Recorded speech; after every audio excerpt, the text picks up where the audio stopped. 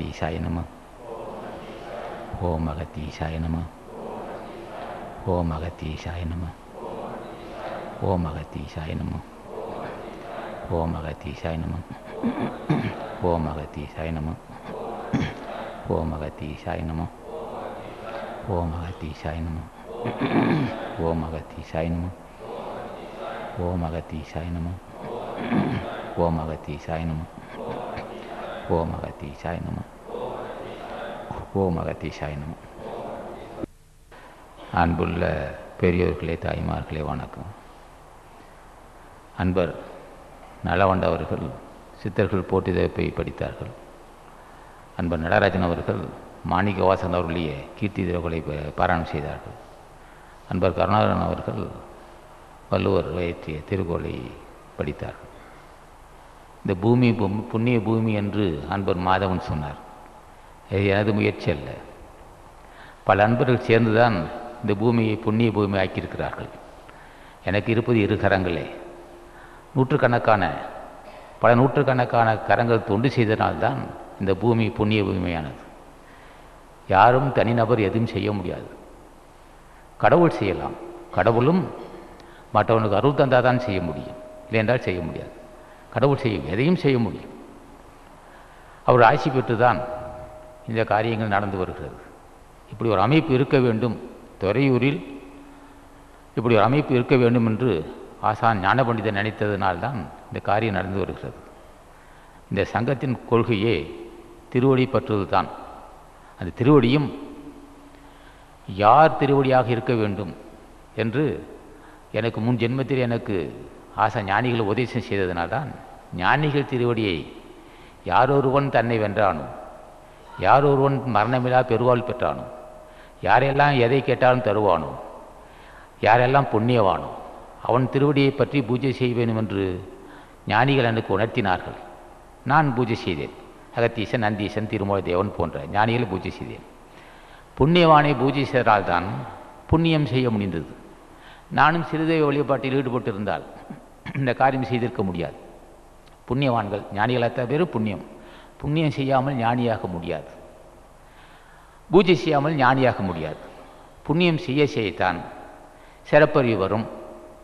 புண்ணியவான்களுக்கு நோய் இருக்காது, செல்வம் பெருகும், வறுமை இருக்காது, மனம் சாந்தம் இருக்கும். புண்ணியவானுக்கு வறுமை இருக்காது, நோய் இருக்காது, மனம் சாந்தம் இருக்கும், நோய் இல்லை, செல்வம் பெருகி இருக்கும், நல்ல சுற்றுப்புற சூழ்நிலை அமைந்திருக்கும். பிறகு பூஜை செய்வார்கள், பூஜை செய்து அருள் பெறுவார்கள். புண்ணியமும் பூஜையும் இருந்தால்தான் ஒருவன் கடவுள் தன்மை அடைய முடியும். அப்போ அவருடைய ஆசி பெற்றுக்கிறோம். பூஜை செய்தால் தான் அந்த வாய்ப்பு கிடைத்தது. நான் ஆசான் ஞானிகளை பூஜை செய்தோம். ஆரம்ப காலத்தில் 1-2 நபர் வந்தாலும் 2 பேர் வந்தாலும் சாப்பாடு வாங்கி கொடுப்போம். பிறகு அதோடைய விளைவு 5 பேர், 10 பேர், 50 பேர், 100 பேர், இப்போது கிட்டத்தட்ட ஒரு நாள் 20,000 பேருக்கு சாப்பாடு போட்டிருக்கோம். 34 மூட்டை சமைத்திருக்கிறோம். கிட்டத்தட்ட 3 டன், கிட்டத்தட்ட 3 டன் குறைந்த அளவு 3 டன் அரிசியை சமைத்து அன்பர்கள் அங்கே சமையல் கரையில் இருந்து அருந்தொண்டு செய்திருக்கிறார்கள். அவர் தொண்டையை நான் உணர முடியும். இது அறிவும் ஞானிகள் கொடுத்தது தான். குடியில் சார்ந்து தொண்டு செய்கிறவர்களை புரிந்து கொள்வதற்கும் ஆசி வேண்டும். மற்ற சங்கத்தில் இந்த வாய்ப்பு இருக்காது. ஞானிகள் ஆசியால் தான் புரிந்து கொள்ளும். இந்த சங்கத்தில் யார் எந்த அளவுக்கு செய்தாலும் சரி அதை உணரக்கூடிய அறிவு ஆசான் தந்திருக்கிறான். நான் வேட்டி கொடுக்கிறேன். யார் அறிமுகமான தொண்டர் இருக்கிறார்கள், அறிமுகம் ஆகா தொண்டர்களாக இருக்கிறார்கள். சமையல் கட்டை இருப்பவர்கள் சில பேர் வெளியே தெரியாது, ஆனால் சுவையான உணவு சமைத்து தருவார்கள், பொறுப்பாக செய்வார்கள், பக்குவமாக செய்வார்கள். அவர்கள் நீடு வாழ வேண்டும் என்று ஆசான் அகத்தீசனை வேண்டிக் கொள்கிறேன். தினம் வேண்டி வருகிறேன். இந்த துறையும் அப்படித்தான், நன்றியுள்ள துறை. ஆகவே இந்த துறை, இந்த சங்கம் தெளிவான பாதை காட்டும். என்ன காரணம்? ஆசான் ஆசியால் நாங்கள் தெளிவடைந்திருக்கிறோம். நானும் அன்பர்களும் தெளிவடைந்திருக்கிறோம். ஆகவே இந்த சங்கம் புகழுக்குரிய சங்கம். எந்த காரணத்தினால்? புகழுக்குரியவனே பூஜை செய்து ஆசி பெற்றதால், நன்றி மறவாது இருப்பதால் இந்த சங்கம் புகழுக்குரிய சங்கம். புகழ்பட வாழ வேண்டும் என்பான் வள்ளுவனும். புகழ்பட எப்படி வாழுவது? இப்போ புகழ் எல்லோருக்கும் இருக்கு. சிறந்த பேச்சாளனாக இருப்பான், புகழ் இருக்கும். சிறந்த எழுத்தாளனாக இருப்பான், புகழ் இருக்கும். சிறந்த பாடகனாக இருப்பான், புகழ் இருக்கும். சிறந்த வீணை வித்துவான், தவில் வித்துவான், நாதஸ்வர வித்துவான், இது அது போன்ற இது இசைக்கருவிகளை பயன்படுத்தி அது மூலம் புகழ் பெற்றிருப்பான். பேச்சாளனாக இருப்பான், எழுத்தாளனாக இருப்பான், கவிஞனாக இருப்பான், ஓவியனாக இருப்பான். இன்னும் சில அற்புத விஞ்ஞான பொருள் போல அற்புத பொருள்களாம் தோன்றுகிறது. அரிய எலக்ட்ரானிக் பொருள், எலக்ட்ரிஷியன், எலக்ட்ரானிக் பொருள் எல்லாம் அற்புத பொருள்லாம் தோன்றுகிறது. செய்தவனெல்லாம் புகழுக்குரியவன் தான். ஆனால் அதெல்லாம் இருக்காது என்றான் வள்ளுவன். அது நிற்காது. எத்தனை கவிஞனாக இருந்தாலும் ஓவியனாக இருந்தாலும் நிற்காது. நிற்கக்கூடிய ஒன்று வள்ளுவன் தான் சொல்லுவான். உரைப்பார் உரைப்பவை எல்லாம், இரண்டாவது குறள் இது. உரைப்பார் உரைப்பவை எல்லாம் இறப்பார் கொண்டு ஈவாருமில் நிற்கும் புகழ்னா. மற்ற புகழெல்லாம் ஓடும் புகழ். கவிஞனாக இருப்பான், எழுத்தாளனாக இருப்பான், ஓடும் புகழ். நிற்கக்கூடியது, நிலைத்து நிற்கக்கூடியது எதுன்னு கேட்டான். அது எதுனா இறப்பார் கொண்டு ஈவாருமில் நிற்கும் புகழ்னா. யாரேன்னு ஒருத்தன் கேட்டால் கொடுக்கக்கூடியவன் எவனோ அதான் நிற்கும்னா. ஏன் இது மட்டும் நிற்கும்? அது ஆன்மாவை சார்ந்து நிற்கும். மனமகிழ்ந்து கொடுக்கக்கூடிய பொருள். ஒரு ஏழை பசியோடு வருகிறான், அவனுக்கு உணவு உடை ஏதோ ஒரு கொடுக்குறான். பிறர் மனம் மகிழும்படியாக அல்லது வறுமை உள்ளவனுடைய ஆன்ம திருப்தி, அவன் மகிழ்ச்சி அடைந்தால் இவனுக்கு ஆன்மாவுக்கு ஆக்கம் தரும். அதான் நிற்கும் புகழ்னா. இப்படி ஒரு காரியத்தை வள்ளுவர் ஞானிகள் செய்திருக்கிறார்கள். நிற்கக்கூடிய புகழ், ஆன்மாவுக்கு துணை நிற்கக்கூடிய புகழ். நிற்க எத்தனை உரைத்தாலும், எத்தனையோ புகழ்பட மனிதன் இருந்தாலும் உரையும் பாட்டும் சொல்லுவார்கள். இதெல்லாம் உலக மக்களுக்கு இருக்கும். ஆனால் நிற்கக்கூடிய புகழ், உடம்பு குன்றலாம், முதுமை இருக்கலாம், சாவு வரலாம். முதுமை வரது இயல்புதான், சாவு வரது இயல்புதான். ஆனால் ஆன்மாவுக்கு நிலை, ஆன்மாவுக்கு ஆதாயம், ஆன்மாவுக்கு துணை நிற்பது எது? கொடுப்பது தான். அப்படின்னா நிற்கும் புகழ். உரைப்பார் உரைப்பவை எல்லாம். அப்போ பாட்டும் உரையும் பாட்டும் சொல்லுவோம். உரைப்பவை எல்லாம் இறப்பார் கொண்டு ஈவாறுமல் நிற்கும் புகழ்னு சொன்னான். அப்போ நிற்கக்கூடிய புகழ் செய்யறவன் யார்? ஏன் அது மட்டும் அவ்வளோ முக்கிய தத்துவம்னா? வேறு எதுக்கும் அவ்வளோ முக்கிய தத்துவம் இல்லையே. ஏன் எதுக்கும்னா ஆன்மாவுக்கு ஆதாயம் தருவது அதுதானா? அது மட்டுமா சொல்லியிருக்கான வள்ளுவன்? ஈதல் இசைப்பட வாழ்தல். கொடுப்பதனால் ஒன்று குறைய வராது. அப்போ நிற்கக்கூடிய புகழ் செய்கிறவனுக்கு ஈதல் குணம் வரும் அப்படின்னு சொன்னான். ஏன்னா முதுமை வந்து வரலாம். அன்றறிவாம் என்னாது அரண் செய்க, மற்றது புன்றுங்கால் பொன்றா துணைன்னா. இளமை இருக்கும்போதே நீ செய்து கொள்ள வேண்டும், வள்ளுவனுடைய கருத்து. ஞானிகள் அப்படி தான் செய்வார்கள். முதுமை வந்தப்பின் என்ன செய்வான்? முதுமை வந்தப்பின் ஈழ இருமொழி இருக்கும். வயது 80 பிறகு செய்து கொள்ள நினைப்பவனுக்கு நிலைமை என்னாகும்? இவன் எதை செய்தாலும் விடமாட்டார், பிள்ளைகளை விடமாட்டார். பெரிய திறமை பிறப்போ இவரெல்லாம் அள்ளி கொடுக்குற, நாங்களாம் என்ன செய்யறது கேட்டோம், தடுத்து விடுவார்கள். அதான் பார்த்தான். இளமை இருக்கும்போதே, திடம் இருக்கும்போதே, எதையும் செய்து முடிக்கக்கூடிய வல்லம் இருக்கும்போதே செய்து கொள். முதுமை வந்தால் செய்ய முடியாது. ஆகவே நீ செய்யக்கூடிய இளமையில் செய்யக்கூடிய புண்ணியம் முதுமைக்கு துணையாக இருக்கும். பொன்றாது நிற்கும் புகழலாம். அன்றறிவா மென்னாது அரண் செய்க, மற்றது பொன்றுங்கால் பொன்றா துணை. பிறகு உனக்கு உடம்பு நலியலாம், உயிரும் போகலாம். அது உனக்கு துணையாக இருக்கு. நீ நலியும் போது அது துணையாக இருக்குன்னா. ஆகவே உயிரோடு கலந்திருப்பது புண்ணியம்தான் என்பது வள்ளுவன் சொல்லுவான். ஆக இந்த கருத்து என்ன சொல்கிறான்? முதல் குறள். இப்போ ரெண்டாவது குறள் சொல்லிட்டு முதல் குறளுக்கு வருகிறேன். ஈதல் இசைப்பட வாழ்தல். கொடுப்பதனால் புகழும் உண்டாகுன்னா. ஈதல் கொடுத்தல். இசைப்பட இசைனா புகழ், இசைப்பட வாழ்தல். கொடுக்கக்கூடியவனுக்கு புகழும் இருக்கும். அது மட்டுமா? ஈதல் இசைப்பட வாழ்தல். அது அல்லது ஊதியம் இல்லை உயிருக்குன்னா. உயிருக்கு ஆதாயம். ஊதியம்னா லாபம், ஆதாயம். ஆதாயம் உயிருக்கு உண்டுன்னா. ஏன் உடம்புக்கு இல்லையா? உடம்பு தாங்கி செய்கிறவனுக்கு ஏன் உடம்புக்கு இருக்கக்கூடாதா? உடம்பு நலியக்கூடியதுதான். ஈழை இருமல் வரத்தான் செய்யும், நிறத்தறையை வரத்தான் செய்யும். பரிணாமத்துக்கு உட்பட்டத உடம்பு நலியதான் செய்யும், மெலியதான் செய்யும், அழிந்தே போகும். ஆனால் செய்யக்கூடிய புண்ணியம் உயிரை பற்றி வரும். அதனால்தான் ஈதல் இசைப்படாவாதல். அது அல்லது ஊதியமில்லை உயிருக்குண்ணா. ஏன் இதுக்கு மட்டும் இவ்வளோ மைக் பண்ணா? கொடுக்குற மனசு யாருக்கு வராது. சிறந்த பேச்சாளனாக இருப்பான், சிறந்த நடிகனாக இருப்பான், கையை விட்டு காசு எடுக்கவே மாட்டான். பேச்செல்லாம் ஆன்மீகம் பேசுவான், தேனொழுக பேசுவான் ஆன்மீகம். ஆனால் கையை விட்டு காசு எடுக்க மாட்டான். என்ன காரணம்னா அது லோபித்தனம். அந்த லோபித்தனம் இருப்பதனாலே அவன் ஆன்மாவுக்கு ஆக்கம் தேடிக்கொள்ள முடியாது. கல்வியே இருக்காது. யாரும் பசினா உடனே எடுத்து கொடுப்பான். கல்வி இருக்கிறவனுக்கு புகழ். அது கல்வி இருப்பவனுக்கு ஏதோ அவன் இருக்கும் வரை புகழ். கல்வி இல்லாதவன் ஒரு தானம் செய்வான், அவன் ஆன்மாவுக்கு ஆதாயம் தேடிக்கொள்வான். இவன் தரமாட்டான். என்ன சொல்லாலும் அவன் கல்லை நார் உரிச்சாலும் உரிக்கலாம், அவன்கிட்ட இந்த ஒரு கை காசு வராது. என்ன காரணம்? பாவிகளோடு தொடர்பு, வன்மனம் உள்ள கூட்டத்தோடு தொடர்புள்ள மக்கள் நிச்சயமாக கருமித்தனமாக இருப்பார்கள். இது போன்ற சான்றோர்கள், இந்த சங்கத்தை சேர்ந்தவர் சான்றோர்கள், பண்புள்ளவர்கள், தயசிந்தி உள்ளவர்கள், இவரை சார்ந்து இருந்தால்தான் கொடுக்கக்கூடிய மனசு வரும். அதுவும் சும்மா குத்திக்கிட்டே இருக்கணும், செய்யின்னு சொல்லிக்கிட்டே இருக்கணும். இல்லைன்னு சொன்னால் மனசு என்ன செய்யும்? முன் செய்த பாவம், வன்மனம், லோபித்தனம் விடாது அவனை, அதை தாண்டி கொடுக்க செய்யணும். அப்போ எப்படி அவனுக்கு இந்த வன்மனம் இருக்கே, லோபித்தனம் இருக்கே, கொஞ்சம் கூட இறக்க சிந்தை இல்லையே, என்னையா ஓயன்னு கேட்பான். இறக்க சிந்தை உள்ள ராமலிங்க சாமி பூஜை செய்.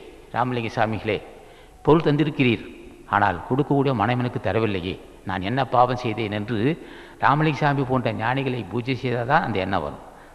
இல்லை என்றால் அது போன்ற எண்ணம் வராது. அப்போ பூஜை செய்வரும் ஞானிகளை பூஜை செய்தால் தான் செல்வம் பெருகும். மேலும் பூஜை செய்தால் ஆன்மாவுக்கு ஆதாயம் தேடிக்கொள்ளும், ஆன்மா லாபம் பெற்றுக்கொள்ள வேண்டும் என்ற உணர்வு வரும். அப்போ இந்த சங்கம் எடுத்துக்காட்டாக செயல்படுகிறது. இந்த சங்கம் இன்றைக்கு கூட பல கிராமங்களுக்கு கிட்டத்தட்ட அன்பர்கள் துணை உண்டு. 10-15 பேர் வண்டி சென்று லாரியில் கொண்டு போய் சாப்பாடு போட்டிருக்கோம். 6,000-7,000 பேர் சாப்பிட்ருக்காங்க. இப்படி தினம் செய்கிறோம். இது மக்களுக்கு எடுத்துக்காட்டாக இருக்கும். அப்போ எடுத்துக்காட்டாக அவங்களும் செய்யட்டும், மற்றவங்க செய்ய வேணுங்கிற உணர்வு வர வேண்டும். இது செய்திருக்கிறோம். நாங்களும் ஞானிகளை பொறுத்து பேசுகிறோம். யாரை பொறுத்து பேசுகிறோம்? பெரியோர்கள், புண்ணியவான்களை பற்றி பேசுகிறோம். அப்போ தினம் பூஜை சேவிக்கிறோம். ராமலிங்க சாமிகளே, மாணிக்க வாசகா, தாய்மான சாமிகளே அப்படி சொல்லுங்கன்னு சொல்கிறோம். அப்போ இவங்க சொல்கிறான், பூஜை செய்கிறாங்க. தினம் சொல்லிக்கிட்டே பணதானம் செய்யுங்கிறதான் விடவே விடாது. இந்த பாவி மனசு இருக்கே, பிற்காலத்தில் நமக்கு இப்போ மனைவி மக்கள் இருக்குதே, நம்ம செஞ்சுட்டா பின்னாடி என்ன ஆகுது? என்னை கொடுத்த கடவுள் நாளைக்கு கொடுப்பான்ப்பா, செய்யுன்னு சொல்லணும். செய்ய தூண்டிக்கிட்டே இருக்கணும். செய்ய தூண்டினால்தான் செய்வான், இல்லாட்டி செய்ய மாட்டான். அதனால தான் நிற்கும் புகழ் அப்படின்னா ஒரு 2வது பாடல். ஆகவே இந்த காலத்தில் இந்த சங்கம் தான் தெளிவான பாதை காட்டும். இது மட்டும் இல்லை, புண்ணியவான்கள் சுமக்கிற நிலம் சாதாரண தெருசு நிலம், பாலாறு கலர் நிலம், அது விளையும். புண்ணியவான்கள் இருந்தால் கலர் நிலம் எதுக்கும் பயன்படாது, கலரில் போட்ட காசு பயன்படாது. கலர் நிலம் விளையும்னா புண்ணியவான்கள் சுமக்கிற நிலம். பாவிகளை சுமக்கிற நிலம் என்ன ஆகும்னா நல்ல நிலமே விளைச்சல் இல்லாமல் போகணும்னா என்ன ஆச்சரியம்? தரிசு நிலம் பயன்படாத நிலம் பயன்படுங்கிறான் புண்ணியவான்கள் சுமக்கிற நிலம். நல்ல நிலம் விளையாதுன்னா அது என்ன? வசையில்லா வன்பயன் குன்றும்னா இதே திருக்குறளை இந்த அதிகாரத்தில் இருக்கு. ஒரு குரல் மட்டும் வழக்க சொல்கிறேன். வசையிலா வன்பயன் குன்றும், இசையிலா யாக்கை பொறுத்து நிலான்னா. வசையிலனா குற்றமில்லா நல்ல நிலம் விளைச்சல் இல்லாமல் போகும்னா என்ன காரணம்? இசையில யாக்கை பொறுத்து, யாக்கைன்னா உடம்பு, புகழை விரும்பாத உடம்பை, பாவியை சுமந்த உடம்பு நல்ல நிலமும் விளையாது. ஏன் நல்ல நிலம் விளையாது? தண்ணி விட்ட விளையாதுன்னு மழை பெஞ்சதானே விளையும். மழை நாளுக்கு நாள் குறைஞ்சே போகும்னா நாளுக்கு நாள் மழை குறைய சமுதாயத்தை தர்ம சிந்தை இல்லைன்னு அர்த்தம்னா சமுதாயத்தை தய சிந்தை இல்லை, புண்ணியவான்கள் இல்லை. எங்கு பார்த்தாலும் வஞ்சனை, பொய், புரட்டு, பொருள்பற்று, பொருள்வெறி, லஞ்ச லாபஞ்சம், கலப்படம், இது போன்ற அராஜகம் நடக்கும். மிகுதியாக அராஜகம் நடக்க பருவமழை தவறும். பருவமழை தவறினால் நல்ல விளையுமோ? வசையிலா வன்பயன் குன்றும், இசையில யாக்கை பொறுத்த நிலம். இசை என்பது புகழ். இசையில யாக்கை பொறுத்த நிலம், வசையில வன்பயன் குன்றும்னா அப்போது நாம் என்ன செய்யணும்? இப்போ இந்த சரியா பருவமழை தவறி இருக்குது. இந்த ஆண்டு கிட்டத்தட்ட சுருக்கமாக சொன்னால் 7-8,000 கோடி ரூபாய்க்கு தானிய விலை, நெல்லோ நம்ம தானியங்கள் விலை. ஆனால் 7-8,000 கோடி ரூபாய்க்கு விளையக்கூடிய இந்த தமிழ்நாட்டில் பருவமழை தவறியதால் அங்கே இங்கே எல்லாம் பயிரெல்லாம் காயுதுரா. என்ன கொடுமை! ஏன் அப்படி காய வேண்டும்? அந்த பயிர் வாழ்வதற்கு என்னென்ன? புண்ணியவான்கள் இருக்க வேண்டும். புண்ணியவான்கள் இல்லாமல் பருவமழை தவறியே போகும். நெல்லு கரைத்து நீர் வாய்க்கால் வழியோடி புல்லுக்கு வாங்கிய பொசியுமாம், தொல்லுலகில் நல்லார் ஒருவர் உலரில் அவர் பொருட்டு எல்லோருக்கும் பெய்யமடைனா. அப்போ இது ஒருத்தர் இருந்தால் போதுண்ணா. அப்போ மழையே இல்லையே, ஒருத்தனோட இல்லையா? இருக்குது. ஆனால் அந்த நல்லார் ஒருவர் உலரேன்னு ஒரு இருந்தால் பருவமழை பெய்யும். அப்போ ஊருக்கு ஒருத்தன் இருக்கணும் இல்லவா? அப்போ அதுக்கு நாம் என்ன செய்கிறோம்? தொடர்ந்து இந்த தர்ம காரியத்தை செய்ய வேண்டும் என்பதற்காக நம்ம சங்கத்தார்கள், அகத்திய சமூக சங்கத்தார்கள் ஊராக சென்று அன்னதானம் செய்கிறார்கள். செய்து இப்போ ஏதோ குடிக்க தண்ணியோட இந்த சங்கம் செய்கிற நல்ல காரியம் நினைக்கிறேன். ஏதோ என்னுடைய ஒரு யூகம்தான். ஆகவே தர்மம் செய்தால் நிச்சயமாக நல்லதே நடக்கும். அப்போ எப்படியா தர்மம் செய்கிறதுனா? தர்மம் செய்யணும். வீட்டில் உள்ளவர்கள் தர்மத்துக்கு இன்னொரு வழி உண்டு. வீட்டில் உள்ளவர்கள் மனைவி என் கணவன் உயர்ந்தவன் புண்ணியம் செய்கிறான், கணவன் புண்ணியம் செய்கிறான். என் கணவனா பாவி ஆயிட்டான். மனைவி பாராட்டினாலே புண்ணியவனாவான், பிள்ளைகள் பாராட்டுவான், தாய் தந்தையை பாராட்டுவான். தாய் தந்தைய மகன் உயர்ந்தவன், நல்லவன், அவன் எப்போ பார்ப்போன்னு ஏங்குற மாதிரி இருக்கணும். அப்படி இருந்தால் அவன் புண்ணியவான், அவனுக்காகவும் மழை பெய்யும். மகையோ தாய் தந்தை என்ன செய்கிறானோ, இன்றைக்கெல்லாம் தண்ணி போட்டு வருவானே, வந்துக்கிட்டு நம்மளை அடிப்பானே, பணம் கேட்பானே, நம்ம என்ன செய்ய போகிறோம், அப்படியே மனசு விரும்பி இருந்தால், அச்சத்தோடு இருந்தால் என்ன இருக்குன்னா இவன் பாவியாக போயிடுவான். ஆகவே தாய் தந்தையை பாராட்டுகின்றவன் புண்ணியவான், அவன் புகழுக்குரியவன். ஆகவே இப்படி தாய் தந்தையை பாராட்டணும், மனைவி பாராட்டணும், அண்ணன்மை பாராட்டணும், வேலை செய்கிறவன் பாராட்டணும். கடும்பாவியப்பா, வேலை செய்கிறவன் நல்லா கூலியை வாங்கிக்குவான், நல்ல வேலையை வாங்கிக்குவான், வேலை வாங்கி சரியாக கூலி கொடுக்க மாட்டான். அப்பா கருமி பிடிச்சப்பா, ஐயாப்பா கடுமையாக வேலை வாங்குறான், ஐயா ஒரு ஒரு ஒரு ஒன்றும் உதவி செய்ய மாட்டேங்கிறான்னு சொல். வேலைக்காரன் பாராட்டான்னு புண்ணியவனா, இதுதான் வறுமை தாண்ட மாடுது இல்லையா. அதே சமயத்தில் இவனுக்கு ஏன் இந்த குணங்கள்லாம் வந்துச்சு, வேலை செய்கிறவனு கூலி குறைப்பான், மனைவிட்ட கொடுமை காட்டுவான், தாய் தந்தை நன்றி அவன் செய்த நன்றியை மறப்பான், வாங்கின கடன் கொடுக்க மாட்டான். அட வாங்கின கடன் கொடுக்கலன்னா என்ன ஆயா, அவன் கொடுத்தா என்ன செய்வான், இவனை இந்த கொடுத்தவனோட இவனை மனம் விரும்பும். அதனால என்ன செய்வான், இவன் பாய் பாய்வான். வாங்கின கடன் கொடுத்தாலே புண்ணியவன் ஆவானா, அதான் ஏமாத்துவானே. வாங்கின கொடுத்தா ஏமாத்து, எப்படியோ ஏமாற்றணும். நம்ம எப்படி 4 வகையிலையும் காசு அவன்கிட்ட கொள்ளடிச்சு நம்ம பெரிய கோடீஸ்வரன் நினைப்பான். சனியை பிடிக்குதுன்னு அர்த்தம், அந்த சனியனை பார்த்தாவே நம்மளுக்கு பாவம் வந்துடும். அது மாதிரி கொனைக்கட்டு இல்லாது வாங்கின கொடுக்க வேணும்னு நினைக்கிறவன் புண்ணியவான். சரியா, வீடு கொடுக்குறான் ஐயா, வீடு இல்லாமல் அலையிறான். அதை பார்த்து ஒருத்தன், ஐயா என் வீடு சரி வீடு வாடகை இருக்கான்னு இருக்குங்கிறான். வீடு வாடகைக்கு விட்றான். பிள்ளை குட்டிக்காரனாக இருக்கான், பாவம் வீடு எங்கே தவிக்கிறானேன்னு சொல்லி வீட்டுக்கு வாடகை விடுவான். வாடகை விட்டு 5-6 வருஷம் இருப்பான், ஒரு 10 வருஷம் இருப்பான். வீடை காலி பண்ண வீட்டுக்காரனுக்கு வாடகையும் தர மாட்டான். வீடை காலி பண்ணுன்னு சொன்னால் உடனே கோர்ட்டுக்கு போயிடுவான். கோர்ட்டுக்கு போனால் கிட்டத்தட்ட 10 வருஷம் அவன் பார்ப்பான். இவன் மனசை புரிஞ்சுக்குவான், கவலைப்படாத ஐயா நான் அவனுக்கு ஒரு 30 வருஷம் இதே வீட்டில் இருக்கிறதுக்கு உதவி செய்கிறான்வான். அது நீதிமன்றத்துக்கு உதவி செய்வான். இவனே 10 வருஷம் இருப்பான், இல்லை 2-3 வருஷத்துக்கு வாடகை கொடுக்க மாட்டான். கோர்ட்டுக்கு போனால் அவனே செய்வான், இவனை அனுசரித்து ஒரு 30 வருஷம் அந்த கேஸ் அப்படியே கிடக்கும். 30 வருஷம் வாடகையை கொடுக்க மாட்டான், இவனும் இருந்துக்கிட்டு இருப்பான், வீட்டுக்கு காலி பண்ண மாட்டான். இவன் இந்த மாதிரி பாவிகளை சுமந்தான். இந்த மழை வருமா, வசையிலா வன் பயன் குன்றும் இசையிலா யாக்கை பொறுத்துனெல்லாம். இவன் புகழ வேண்டாம், இவன் புகழ் வேண்டியதில்லை. இந்த மாதிரி நல்ல மனசோட விட்டு வாடகை விட்டான்ல அவனையும் மனநோக்க செய்துவான். கடை வாங்கின கடனை கொடுக்கவும் மாட்டான். கடை வாடகை விட்டாலும் கடை காலி பண்ண மாட்டான். காலி பண்ணும்போது 3 லட்சம் கொடு 2 லட்சம் கொடுமா. இப்படியெல்லாம் நடக்கும் சமுதாயத்தில். வாங்கின கடை கொடுக்க மாட்டான், வீடு வாடகை விட்டால் வாடகை தர மாட்டான், வீடும் காலி பண்ண மாட்டான். இது மாதிரி அராஜகம் நடந்தால் வசையிலா வன் பயன் குன்றும் இசையிலா யாக்கை பொறுத்துனா. இது போன்ற பாவிகள் நாளுக்கெல்லாம் மிகுதி இருப்பான். இன்னும் சில இடத்துல நடக்குது, ஒரே நேரத்தில் 3 பேர்த்துக்கு விற்றுருப்பான். அது ரொம்ப ரொம்ப அறிவது. ஒரே நேரத்தில் 3 பேர்த்துக்கு இருப்பான், 3 பேரும் முட்டிக்கிட்டு இருப்பான். கொடுமை எல்லாம் கையை விட்டு போயிட்டு இருக்கும். இது ஒரு கொடுமை. இது மாதிரி இது போன்ற பாவிகளை சுமந்தால் நிலத்தில் விளையுமோ, நல்ல நிலமையும் விளையாதுறான். இது மாதிரி அராஜகம் நடக்கும். அரசியல் அராஜகம், பல இடத்துல ஆன்மீக அராஜகம் இருக்குது. இப்போ எல்லாரும் தான் இருப்பான். மனைவி போய் மக்கள் போய் அவரெல்லாம் நம்பாதே, என்கிட்ட பணத்தை கொடுமா, பணத்தை கொடுத்து எல்லாம் வாங்கிட்டு அது போலி சாமியாருன்னு சொல்லுவான். காவி கட்டி இருப்பான். பேசலாம் பார்த்தீங்கன்னா பெரிய அப்படி தெய்வீகத்தையே கரைச்சி குடிச்சது மாதிரி இருப்பான். ஏழையை வெள்ளாரத்தாண்டருக்கு பணத்தை வாங்கிக்குவான், வஞ்சனை செய்வான், பொய் பேசுவான். இப்படி அராஜகம் செய்து அந்த பாவியை சுமக்கிற நிலமும் இந்த நல்ல நண்பன். அந்த மாதிரி இதயத்து உண்மை இல்லாதவன், கடவுள் பக்தியை தெரியாதவன், வஞ்ச நெஞ்ச உள்ளவன், அவனை சுமக்கிற நிலமும் வசையிலா வன் பயன் குன்றும் இசையிலா யாக்கை பொறுத்தனா. அது மாதிரி போலி சாமியார்கள், வஞ்சனர்கள், பொருள்பட்டு உள்ளவன், காமுகன், ஜாதி வரி மத வரி உள்ளவன், வேடம் மட்டும் ஜடாமுடி இருக்கும், கழுத்தில் இது கொட்டை கட்டியிருப்பான், பட்டையை போட்டிருப்பான், பெரிய மகான் போல் நடிப்பான், பரபிரமம் போட்டு இருப்பான். ஆனால் சுத்த அயோக்கிய பேராக இருப்பான். அவன் தான் சொல்கிறான், வசையிலா வன் பயன் குன்றும் இசையிலா யாக்கை போட்டுனான். அது மாதிரி வஞ்சகர்கள் இந்த நாட்டில் மிகுதியாக இருந்தால் அதனாலே மழை பெய்யாது. இது மாதிரி ஒவ்வொரு பாவியும் சுமந்து இந்த நாடு நல்ல நிலமும் விளைச்சல் எல்லாம் போச்சுட்டான். ஆகவே இந்த நிலத்தை எப்படியா பண்படுத்துதுன்னா புண்ணியவான்கள் உருவாக்க வேண்டும்.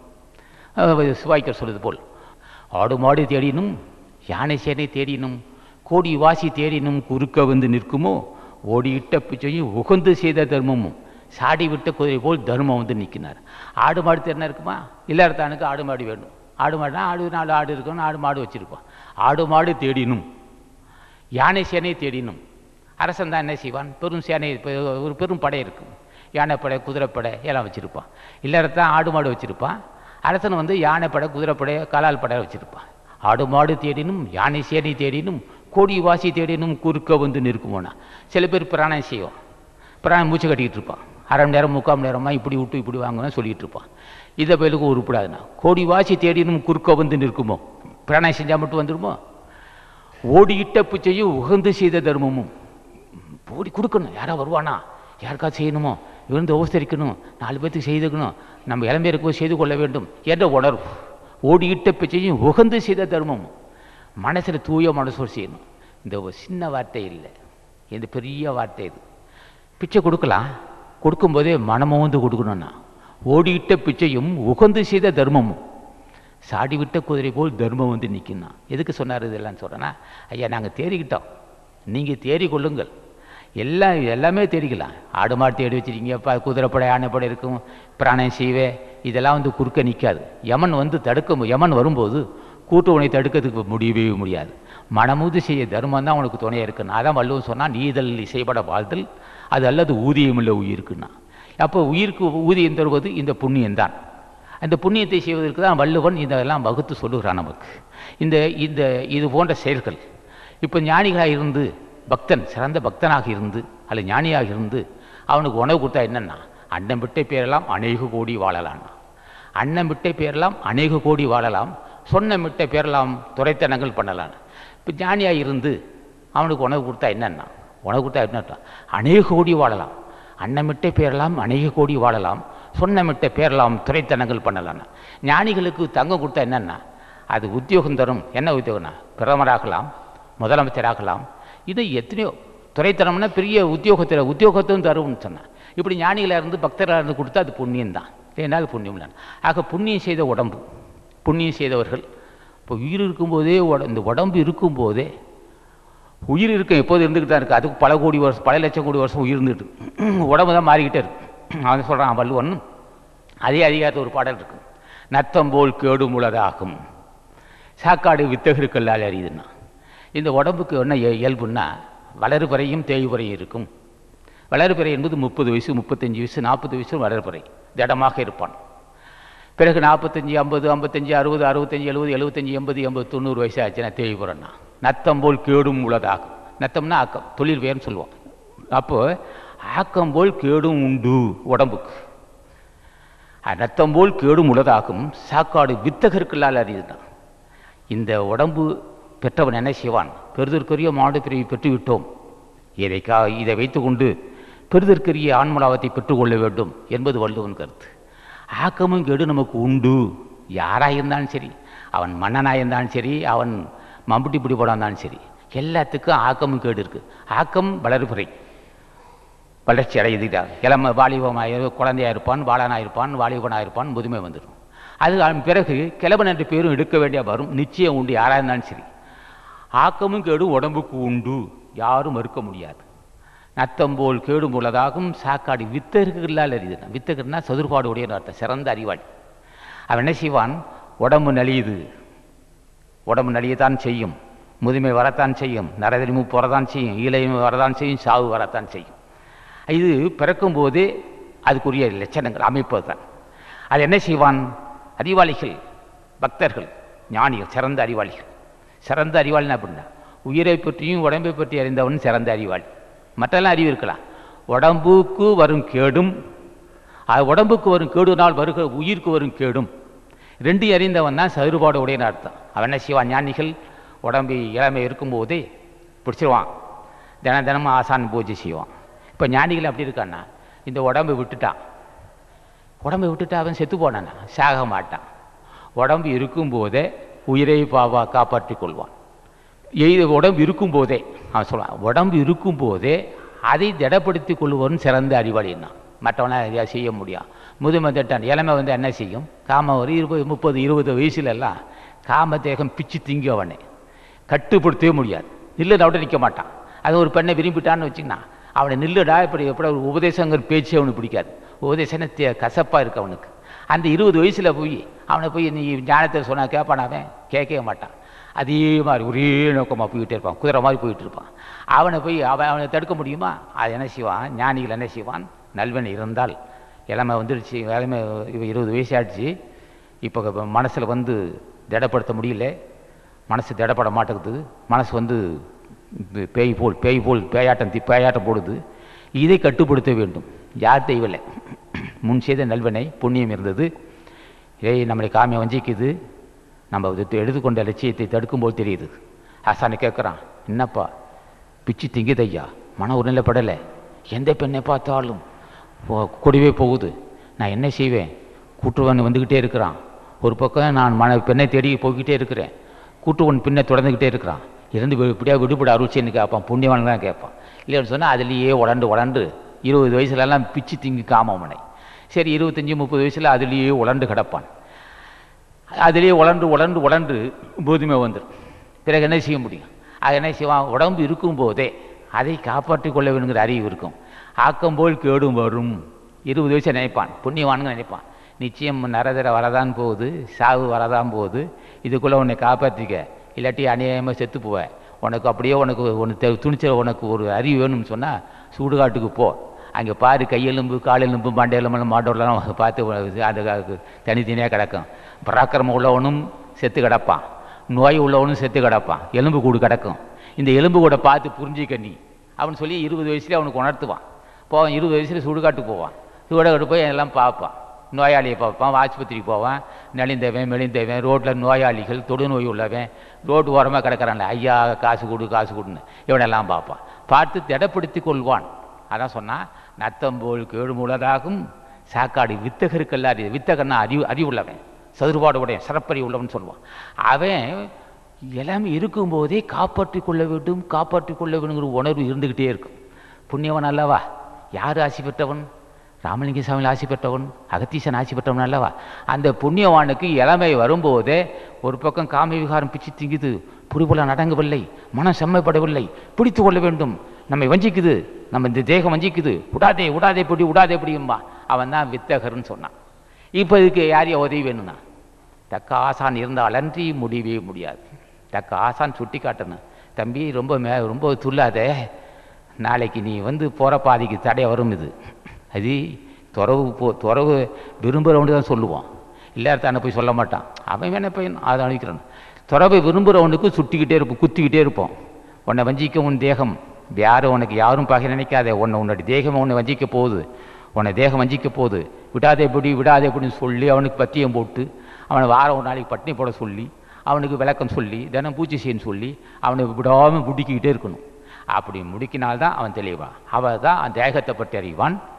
தேகத்துடைய இழிவு, அதோடைய பன்மை, அது தன்மைகள், அதுக்கு உள்ள கேடுகள் வரத்தான் போகும், சாவு வரத்தான் போகுதுன்னு சுட்டி குத்தி அவனை உயர்த்தணும். இல்லைன்னா இந்த உடம்பை பயன்படுத்தும் போது காமத்துக்கு பயன்படுத்தி செட்டே போவான். செத்து போகிறத பற்றி கவலை இல்லை, நோயாகி போடுவான். நோயை பொறுத்து கவலை இல்லை, பாவியாகிடுவான். பாவியாகவும் தடுக்க வேண்டும், நோய் இல்லாமல் தடுக்க வேண்டும், அவனை புண்ணியவானாக்க வேண்டும். என்ன சான்றோர்கள் தொடர்பு இருக்க வேண்டும். பெரியவர் தொடர்பு தானே முடியும். சான்றோர்கள் தொடர்பு என்றால் விழுந்து போவான், நரகத்தை விழுந்து போவான். அப்போ அவனை காப்பாற்ற வேண்டும். அதான் சொன்னால் வித்தகருக்கல்லால் அறியுதுன்னா ஞானிகள். அதாவது ஞானிகள் துணை இருந்து வித்தகன் யாருன்னு கேட்டான். யமனை வென்றானோ அவன் வித்தகன், எவன் காமத்தை வென்றானோ அவன் வித்தகன், எவன் பொருளாசை விட்டானோ அவன் வித்தகன், எவன் பொறாமை விட்டானோ அவன் வித்தகன், எவன் மரணமில்லா பெருவாள் பெற்றானோ அவன் வித்தகன், எவன் தன்னை அறிந்தானோ அவன் வித்தகன், தன் மனவர்கள் இயல்பு அறிந்தவன் வித்தகன், பொறிவுடைய இயல்பு அறிந்தவன் வித்தகன், அவன் வித்தகன். பெண்ணை பற்றி அறிந்தவன் வித்தகன், தன்னை பற்றி அறிந்தவன் வித்தகன், உலகத்தை பற்றி அறிந்தவன் வித்தகன், இயற்கை பற்றி அறிந்த வித்தகன். ஆகவே வித்தகன் அதான் நத்தம்போல் கேடு மூலதாகும் சாக்காடு வித்தகர்களால் இதுதான். ஆக இதெல்லாம் ஞானிகள் சொல்ல வேண்டும். இல்லை என்றால் அந்த உடம்பை பயன்படுத்திய முறையோடு பயன்படுத்தால் அவன் தான் வித்தகன். சாக்காடு போகக்கூடாது, இனி அவன் சாகக்கூடாது. அவனல்லவா வித்தகன். யாரா வித்தகன்னா கவத்தை வென்றவன் வித்தகன், மரணத்தை வென்றவன் வித்தகன், அதுக்கு ஒரு அறிவு பெற்றவன் வித்தகன், அப்படி உபதேசம் பெற்றவன் வித்தகன். ஆக வித்தகன் திருவடியை படி, வித்தகன் திருவடி நாம் வணங்கக்கூடியவனாலும் வித்தகன். எந்த வகையில் வித்தகனா? யமனை வென்றவன், முதுமையை வென்றவன், சாவை வென்றவன், எதையும் செய்யக்கூடிய வல்லமை உள்ளவன், அவன் திருவடியை பற்றியதால் நாம் வித்தகன்னா. ஆக நத்தம்போல் கேடு உள்ளதாகும் சாக்காடு வித்தகர்கள் அறிது. ஆகவே இந்த சங்கம் காட்டுகின்ற பாதி தெளிவான பாதி. தெரியும் இவர்கள் இல்லறத்தில் இருப்பான், இல்லறத்தில் இருப்பான், வியாபாரம் செய்வான், உத்தியோகத்தில் இருப்பான், எல்லாம் செய்வான். ஆக எல்லாம் தன்னை காப்பாற்றி கொள்வான். ஆகவே இந்த சங்கம் காட்டுகின்ற பாதை பின்பற்ற வேண்டும். இந்த சங்கம் மட்டும் இல்லை, தினமும் திருக்குறளை படித்தாலே போதும். அருள்பா, திருமந்திரம், திருவாசகம் போன நூலை படிக்க வேண்டும். ஒரு 10 நிமிஷம் படிக்க வேண்டும். 10 நிமிஷம் படித்து விட்டு உட்காந்து தியானம் செய்ய வேண்டும். தியானம் என்ன கண்ணை முடிக்கிட்டு இருக்கிறதா? சில பேர் உட்காந்து கண்ணை முடிக்கிட்டு இருப்பான். கண்ணை முடிக்கிட்டே இருந்தால் தியானம் இல்லை. நாமத்தை சொல்லணும். நந்தீசா, அகத்தீசா, மாணிக்க வாசகா, தாய்மான சாமிகளே, பட்னத்தாரியா, நீங்கள்லாம் பெரியவங்க, எனக்கு அருள் செய்யணும், ராமலிங்க சாமி இப்படி சொல்கிறதான் தியானம். சும்மா கண்ணை முடிக்கிட்டே இருந்தால் தியானம் இல்லை. அது தன்னை தூங்குதுன்னு அர்த்தம். நான் சொல்லுவேன், சில பேர் உட்காந்து இப்படி கண்ணை தியானம் உட்காந்து தண்டை இப்படி உட்காந்துருப்பான். அது யானை போட்டுருது. சில பேர் என்ன செய்வான், இந்த பக்கம் மூச்சை இழுப்பான், இந்த பக்கம் மூச்சு விடுவான். அவனா பார்த்து சிரிப்போம். அது ஏடா ஒன்றுக்கு ஒன்று செஞ்சுட்டு இருக்கான்னு. அதெல்லாம் அது வந்து யோகாபியாசம் இல்லை. அது ஒன்று காப்பாற்றாது. அதுக்கு ஆசி வேண்டும். வாசிப்படுறதுக்கு ஆசி வேண்டும். சில இடத்துல என்ன செய்வார்கள், இப்போ சதுர்பாடப்பட்டது. சில இடத்துல என்ன செய்வான், யோகாபியம் சொல்லி தருன்னு சொல்லுவான். யோகாபியம் செய்வதற்கு என்ன வேண்டும்? அறிவு வேண்டும், உடல் ஆரோக்கியம் இருக்க வேண்டும். செய்ய யோகாபியம் உண்டு தான். அதுக்கு காலையில் உணவு மலைஜலம் கழித்து விட்டு உடல் ஆரோக்கியமாக இருக்கும்போது பத்மாசனம் விட்டு வெனாத்தனை நிமிர்ந்து லேசாக மூச்சில் வெனாத்தனை நிமிர்ந்திருக்க பத்மாசனம் விழ வேண்டும். வயிற்றில் உணவு இருக்கக்கூடாது, தலைவலி இருக்கக்கூடாது, ஜுரம் இருக்கக்கூடாது, என்ன ஸ்நானம் செய்யக்கூடாது, பெண்ணுறவு காலத்தில் இருக்கக்கூடாது. உடம்பை பக்குவமாக வைத்துக்கொண்டு சமத்தரையில் வெண்ணிற துணையோ அல்லது பலகையோ அது மேலே அமர்ந்து வெனாத்து நிமிர்ந்திருந்து லேசாக மூக்கு பக்கம் வாசி இழுக்க வேண்டும். லேசாக இழுத்து நிறுத்தினால் அப்படி முடிந்த அளவுக்கு நிறுத்த வேண்டும். கடுமை வைக்கக்கூடாது. அப்போ சளி பிடிக்காது இருக்க வேண்டும், இது காய்ச்சல் இல்லாது இருக்க வேண்டும், வயிற்றில் பழைய உணவு இல்லாமல் இருக்க வேண்டும், குடல் புண்ணு இல்லாது இருக்க வேண்டும், வளர்ச்சிகள் இருக்கக்கூடாது, மனசு ஆரோக்கியமாக இருக்க வேண்டும். அப்போது மூச்சு காட்டி இழுத்து நிறுத்தினால் என்ன ஏற்படுனா, இஸ்னோபாலியா, ஆஸ்மா இதெல்லாம் தூள் படுத்திடலாம், உடச்சிரியலாம். அதை இதுக்கு விஷயம் தெரிஞ்சவன் சொல்லிக் கொடுக்கணும். கண்டவன் சொல்ல முடியாது, அதை மற்றவனுக்கு தெரியாது. வயிற்றில் உணவு இருக்கக்கூடாது, பசியாக இருக்கணும். ராத்திரியில் சிறிது பாசி பயிறு, சிறிது சாதம் சாப்பிடணும், பழங்கள் சாப்பிடணும். மலச்சிக்கல் எல்லாம் இருக்க வேண்டும். மலச்சிக்கல் இல்லாமல் இருக்கும்போது தான் பிராணாயம் செய்ய வேண்டும். இது சொல்லித்தரணும். அப்படி இருந்தால் அவன் சாக்காடு போக மாட்டான், சாக மாட்டான். ஆக உடல் ஆரோக்கியமாக வைத்துக்கொள்ள வேண்டும். உடல் ஆரோக்கியத்திற்கு இது ஒரு முறை. இப்படி இருந்து பத்மாசனம் விட்டு மூச்சு காற்றி மூக்கு பக்கம் இழுத்து சிறிதளவு கொஞ்சமாக பயிற்சி பண்ணி ஒரு தாங்கும் அளவுக்கு வச்சு நிறுத்தினால் கபத்தை அறுக்கும். அந்த ஆஸ்மா கேஸ் இருக்காது. சரி, அப்படி செய்தால் என்னன்னா நல்லா பசிக்கும், நல்லபடி பசிக்கும். ஏன்னா புலால் உணவு இல்லை, நல்லா அந்த இயற்கை உணவு நல்லா பசிக்கும். உடல் ரத்த ஓட்டம் நல்லபடி இருக்கும். ரத்த ஓட்டம் இருந்துச்சுன்னா மற்ற ராத்திரி சாப்பிடும், 3 நேரம் சாப்பிடலாம், 2 நேரம் சாப்பிட்டா போதும். சப்போஸ் இப்படி பிராணம் செய்கிற மக்கள் நோய் இல்லாது இருக்கலாம், 80-90 வயசு இருக்கலாம். அப்போ என்ன செய்வார்கள், ஒரு பக்கம் இந்த பிராணம் செய்கிற மக்களுக்கு இடது பக்கம் வருகின்ற வலது பக்கம் வருகின்ற காட்டு சூரியகலை, இடது பக்கம் வருகின்ற காட்டு சந்திரகலை. இந்த சுவாசத்தை மாற்றி தெரிந்து கொள்ள வேண்டும். சுவாசத்தை மாற்றி தெரிந்து கொண்டவனுக்கு இந்த மாதிரி இப்போ சொல்லி தருவார்கள். இப்போ மூச்சு காற்று இப்படி மாற்றுறது, மூச்சை இப்படி கட்டுறது சொல்லி தருவாங்க. சொல்லி தந்தால் என்னாகும், வலது பக்கம் சுவாசம் இயங்கும்போது பெண்ணுறவு கொண்டால் ஆண் குழந்தை பிறக்கும். சில பேருக்கு 4-5 குழந்தை பெண் குழந்தை இருக்கும். காசி ராமேஸ்வரம் போயிட்டு இருப்பான். ஐயோ பாவம், இவருக்கு தெரியும், ஐயோ அவன் புரியல, அவனுக்கு என்ன செய்வான், கேட்க மாட்டான். அப்போ என்ன செய்வான், பிராணாயம் செய்கிற மக்கள், பயிற்சி உள்ள மக்களுக்கு 2-3 பெண் குழந்தை இருந்தால் சுவாசத்தை வலது பக்கம் இயக்கி பெண்ணுறவு கொண்டால் ஆண் குழந்தை தெரிக்கும். இப்படி ஒரு பழக்கம் இதெல்லாம் இருக்குது. சரியா, அந்திய காலம் வந்ததுயா. சரி, 1 மாதம் இடது பக்கமே மூச்சு ஓடினால் நிச்சயம் மரணம் வரும், அவனுக்கு தெரியும். அவன் என்ன செய்வான், அப்போ 70 வயசு 80 வயசு ஆனவொடனே ஒரு சிரப்படாது, மூச்சு காற்று செம்மப்படாது, ஒரு பக்கம் ஓடும். எந்த வலது பக்கம் ஓடாலும் சரி, இடது பக்கம் ஓடாலும் ஒரு பக்கம் 1 மாதத்துக்கு வலது சூரியகளை இயங்கினால் சரி சாவு நெருங்கி விட்டது என்று நினைத்து என்ன செய்வான், சுவாசத்தை மாற்றி விடுவான். அப்புறம் கூட 4-5 வருஷம் இருக்கலாம். ஆக இது சுவாசத்தை பற்றி புரிந்தவர்கள் தான் யோகாபம் சொல்லி தர வேண்டும். மற்றவங்களாம் சொன்னால் என்ன ஆகுன்னா, சரி யோகாபம் செய்கிறேன், புண்ணியத்தை சொல்லிட்டு வந்தேன், யோகாபம் செய்கிறியே, யோகாபம் பேச்சு தெரியே, இப்போ அவனுக்கு வயிற்றில் அவனுக்கு மலச்சிக்கல் இருந்தால் என்ன செய்யணும்னு கேட்டான், தெரியாது. மலச்சிக்கல் இருக்கும்போது பிராணம் செஞ்சால் அதோடைய இயல்பு என்னாகும், குடல் புண்ணு வரும். நாளுக்கு நாள் குடல் புண்ணு ஜீரணசக்தி ஆகாது. அப்போ ஜீரணம் செய்யக்கூடிய திரவப்பொருள் சுண்டிப்போ, இதுக்கு அவனுக்கு தெரியாது. மலைச்சி இருக்கும்போது பிராணம் சொல்லி தருவான், வயிற்றில் பழைய உணவு இருக்கும்போது பிராணம் சொல்லி தருவான். இதை அவன் பாட்ட சொல்லிக்கிட்டே போயிட்டு இருப்பான், செய்துக்கிட்டே இருப்பான், வெகு பேர் அதில் மாண்டே போவான். ஆக இதெல்லாம் இது உயிரை காப்பாற்றுக்கு ஒரு முறை சொல்கிறேன். ஆக பக்திமான்கள் இப்போ எதுக்கு சொல்கிறேன்னா, இப்போ தியானம் செய்வதற்கு கண்ணை மூடிக்கிட்டு இருப்பான் சில பேர், அது தியானம் அல்ல, நாம் பற்றி சொல்ல வேண்டும். அடுத்து பிராணம் செய்வான், விஷயம் தெரிந்த ஒரு தொடர்பு இருக்க வேண்டும். சரியா, சரி பிராணம் செய்கிறேன், யார் ஆசைப்பட்டு பிராணம் செய்கிறேன், இப்போ வீழ்ந்து வணங்குறேன். இப்போ காலையில் பிராணம் செய்கிறேன், என்ன செய்யணும்னா விழுந்து சாஸ்திரம் விழுந்து வணங்குறான். காலையில் 5:30 எந்திரிக்கிறான். 5:30 மணிக்கு எழுந்து மலைத்தலம் கழிச்சிட்டு குளிச்சுட்டு என்ன செய்வான், சாஸ்திரம் விழுந்து வணங்குவான். விழுந்து வணங்கி ஒரு தீபத்தை ஏற்றி அது முன்னே ஒரு பலகையில் உட்கார்ந்து ஆசான் நினைக்கிறான். அப்போ ஆசான் அகத்தீசன் நினைக்கிறான், அகத்தீஸ்வரா அடியின் வாசியோடு வாசியாக கலந்திருந்து எனக்கு அருள் செய்யன்னு கேட்பான். எல்லா ஞானியும் கூப்பிடுவான். புஜண்ட மகரிஷி, போக மகரிஷி, ராமலிங்க சாமிகள், திருமூல தேவன், அது பெரிய பெரிய இப்படி பெரிய பெரிய மகான் அழைத்து ஆசான் ஞானபண்டிதன் அழைப்பான். மாணிக்கவாசன் ஞானபண்டிதன் அழைத்து அடியின் வாசியோடு வாசியாக கலக்க வேண்டும், நீ தான் அருள் செய்யன்னு கேட்பான். அப்போ ஆசானை விளையாட்டு அப்போ பத்மாசன் விட்டு மூக்கு பக்கம் மூச்சு எழுப்பான். தாங்கும் சக்தி இத்தனையும் சொல்லியிருக்கேன். மலைச்சிகள் இருக்கக்கூடாது, வயிற்றில் பழைய உணவு இருக்கக்கூடாது, ஜுரம் இருக்கக்கூடாது, பெண்ணுறுகுள்ள காலத்து இருக்கக்கூடாது, உடம்பு ஆரோக்கியமாக இருக்க வேண்டும், மன செம்மப்பட மன சாந்தம் இருக்க வேண்டும், இப்படியா இருக்க வேண்டும். இப்படி செய்கிற மக்களுக்கு தான் அந்த வாய்ப்பு கிடைக்கும். அப்போ விழுந்து வணங்கி ஆசான் வணங்கி அடியின் வாசியோடு வாசியாக கிடக்கும்னு சொல்லி மூச்சு இழுத்து நிறுத்தினால் அதோட இயல்பு என்னாகும், உடலை பற்றி உயிரை பற்றி அறிந்து கொள்ளலாம். உயிரோட இயல்பு இப்படி இருக்குன்னு தெரிந்து கொள்ளலாம். பக்தி சேருகுது, புண்ணியம் சேருகுது. புண்ணியமும் பக்தியும் சேர சேர ஆன்மாவை பற்றி அறிவான். ஆன்மாவை பற்றி அறியும்போது ஆன்மாவை பலப்படுத்திக் கொள்ள வேண்டும். ஆன்மாவை நம்ம பலப்படுத்த முடியுமா? நம்மளால முடியாது. ஆன்மா என்பது மூச்சுக்காற்று. மூச்சுக்காட்டு இயக்கமே ஆன்ம இயக்கம். ஆன்ம இயக்கமே மூச்சுக்காட்டு இயக்கமே பசி. பசி இயக்கமே உடல் வளர்ச்சி காரணம். உடல் வளர்ச்சி காரணமாக இருப்பது இந்த உடல் வளர்ச்சி வளர்ந்துக்கிட்டே இருக்கும். மூச்சுக்காட்டு இயக்கமே உடல் வளர்ச்சி காரணமாக இருக்கும். அப்போ அந்த காற்று என்ன செய்யும், உடம்பை வளர்த்து கொண்டே வரும், நரத்தை மீட்பு உண்டாக்கும். அப்போ இப்படி இருக்குது. இந்த இயல்பை தெரிந்து கொண்டான். தெரிந்து கொண்டு அவன்தான் வித்தகன். அதான் சொன்னான், நத்தம் போல் கேடும் உடதாகும் சாக்காடு வித்தகருக்கல்லால் அரிதுனா அதான் வித்தகன். இப்படியெல்லாம் தெரிந்து யோகத்தை பற்றி புரிந்து உடம்பை பற்றி அறிந்து உயிரை பற்றி அறிந்து எப்படி வாழ வேண்டும். இந்த யோகாபியம் செய்தவர்கள் பெண்ணுறவு கொள்ளலாமோ? கொள்ளலாம். மாதம் 2 முறை கொள்ளலாம்னு சட்டம் இருக்குது.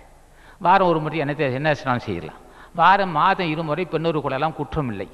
இவருக்கு தான் கணக்கே இல்லையே. உடம்பை பற்றியே புரிந்து கொள்ளும். உடம்பை பற்றி புரிந்து கொள்ளலவா இவன் அது இல்லறத்தை எப்படி நடத்த வேண்டும், பெண் உறவு இப்படி கொள்ள வேண்டும், எப்படி நடந்து கொள்ள வேண்டும், மூச்சு காட்டு பறிந்து கொள்ளும், ஆண் வாரிசு வேண்டும், இப்படி எல்லாம் தெரிந்து கொள்வதற்கு எவ்வளோ புண்ணியம் இருக்குன்னா, யார் தொடர்பு இருக்குன்னு இதுக்கு இவ்வளோ விஷயத்தை தெரிஞ்சுக்கணும். யாவர்கிட்ட என்ன படித்து தெரிஞ்சிக்க முடியுமா? புரியவே புரியாது. அப்போ என்ன யார் தெய்வனும்? திருமூல தேவன் சொல்வான், இந்த அறிவு உனக்கு உயிரை பற்றி அறியணும். பசினா என்ன, உயிர்னா என்ன, காமம்னா என்ன, நரதனை முப்புனா என்ன, சாக்காடு என்ன, சாவுன்னா என்ன, இப்படி தான் தெரிஞ்சுக்கணும்ல.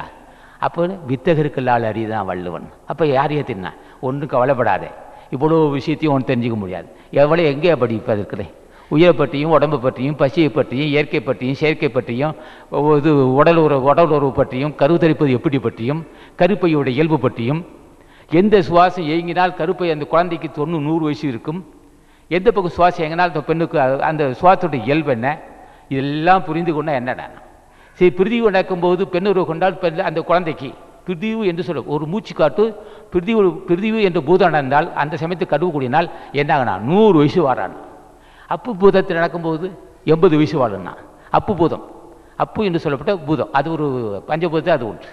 அப்பு பூதம் இயங்கும்போது 80 வயசு, தேய்வு பூதம் இயங்கும்போது 40 வயசு, வாயு பூதம் போது 4-5 வயசு செத்துப்பான். இந்த சுவாசம் ஆகாயத்தை ஓடிட்டுருக்கும், மூச்சில் ஓடிட்டுருக்கும், லேசாக ஓடிட்டுருக்கும். அந்த சமயத்தை பெண்ணு கண்டா அந்த பொண்ணு அந்த குழந்தை கருவு களைஞ்சி போடும், இல்லை பிறக்கொண்டு செத்துக்குவோம். இதெல்லாம் தெரிஞ்சுக்கொண்டா என்ன செய்யணும். ஒரு குழந்தை கரு தரிக்கும் போதே சரி இந்த குழந்தைக்கு இப்போதான் வயசு, கரு தரித்திருக்கா இல்லையான்னு தெரிஞ்சுக்கலாமே.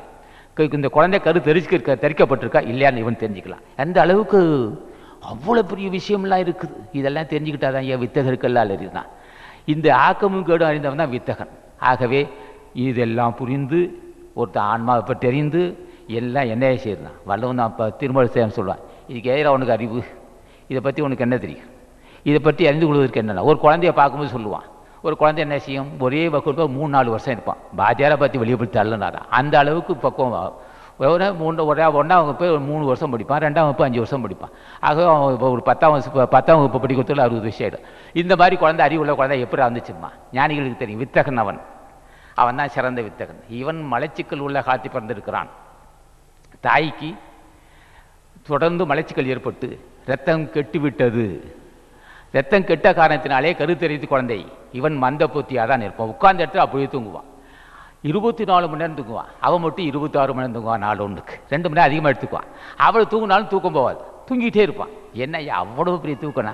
அந்த அளவுக்கு உழைச்சிருக்கான். உழைப்பில் அந்த அளவுக்கு அவன் மந்த புத்தி இருக்கும், சோம்பல் இருப்பான்.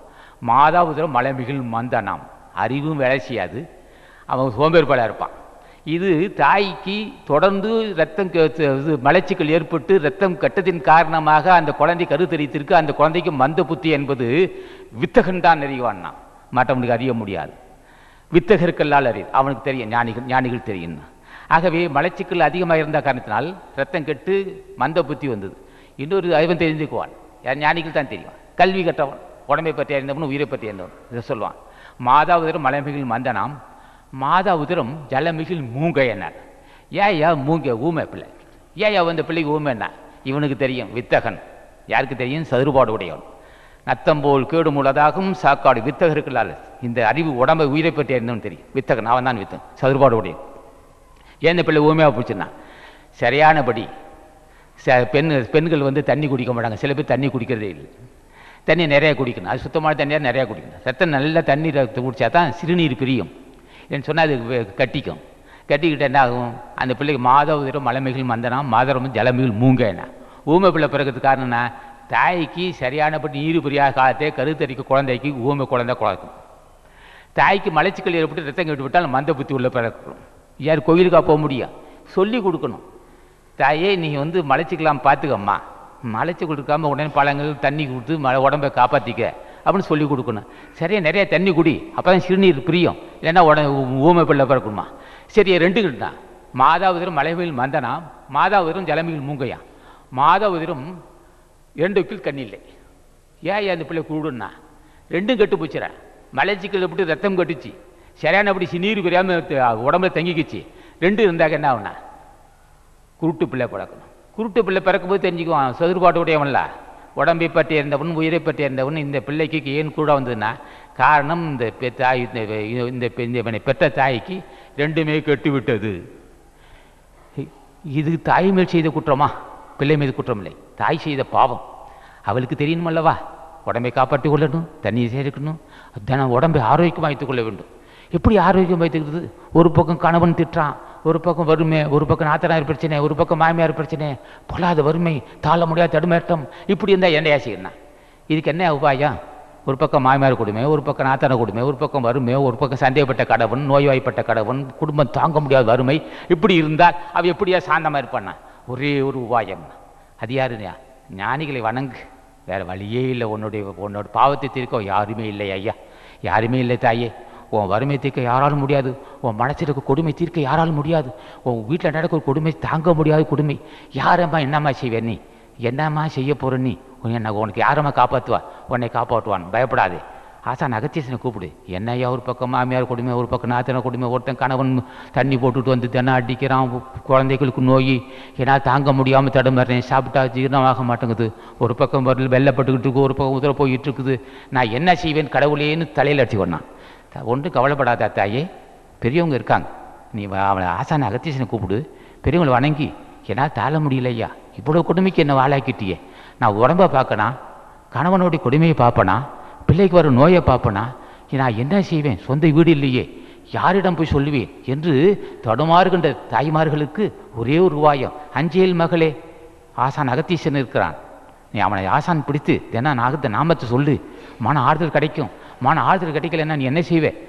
உன் மன ஆறுதல் அடையிட்டு என்ன ஏற்படும்? மலைச்சிக்கல் வருமே, மலைச்சிக்கல் வருமே. மன ஆறுதல் இல்லைன்னா மன வெதும்புது, தாங்க முடியாத வெதும்பல், தாங்க முடியாத தடமாட்டம், படுத்த தூக்க மாட்டேங்குது, மலைச்சிக்கல் இருக்குது, ஒன்றுமே செய்ய முடியாது இருக்கும்போது நான் என்னையா செய்வேன்?